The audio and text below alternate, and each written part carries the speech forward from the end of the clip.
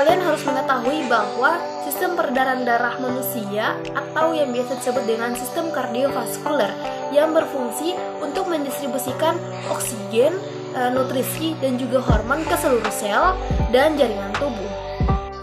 Peredaran darah manusia termasuk peredaran darah yang tertutup karena darah itu selalu beredar di dalam pembuluh darah dan di setiap ia beredar, darah melewati jantung 2 kali sehingga disebut dengan peredaran darah ganda.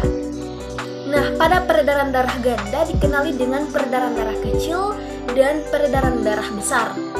Yang pertama adalah peredaran darah kecil, merupakan peredaran darah yang dimulai dari jantung menuju ke paru-paru, kemudian kembali lagi ke jantung.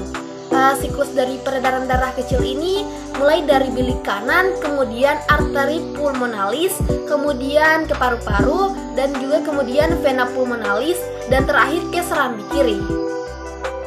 Kemudian yang kedua adalah peredaran darah besar, yaitu peredaran darah yang dari jantung ke seluruh tubuh, kemudian kembali lagi ke jantung.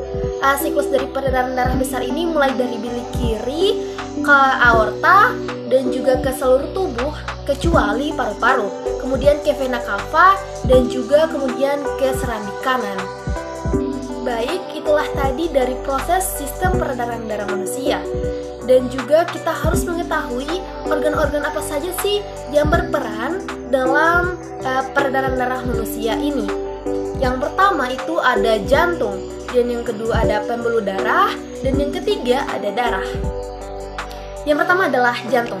Jantung berfungsi untuk memompa darah ke seluruh tubuh. Nah, jantung terdapat pada bagian dalam dada pada sebelah kiri. Dan di dalam jantung terdapat 4 ruang yang terbagi menjadi 2 ruang ventrikel dan 2 ruang depan atau biasa kita sebut dengan atrium. Nah, yaitu serambi kiri, bilik kiri, serambi kanan, dan juga bilik kanan. Kalian ketahui bahwa serambi kiri dan bilik kiri berisi darah bersih yang akan kaya oksigen, sedangkan bilik kanan dan juga serambi kanan berisi darah kotor. Jadi, jantung mempunyai katup agar darah dalam ruang itu tidak tercampur. Yang kedua adalah pembuluh darah. Pembuluh darah berfungsi untuk mengalirkan darah dari jantung ke berbagai organ-organ dan jaringan tubuh.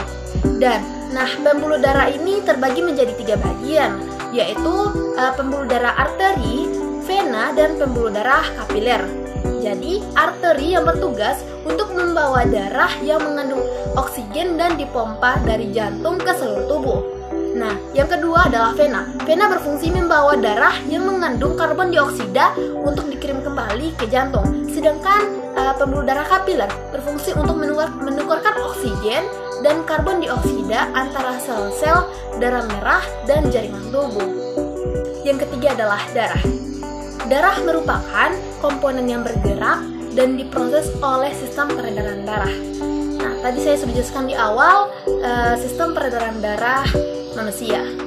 Maka cukup sampai di sini penjelasan saya bagaimana proses dan juga siklus dari sistem peredaran darah manusia.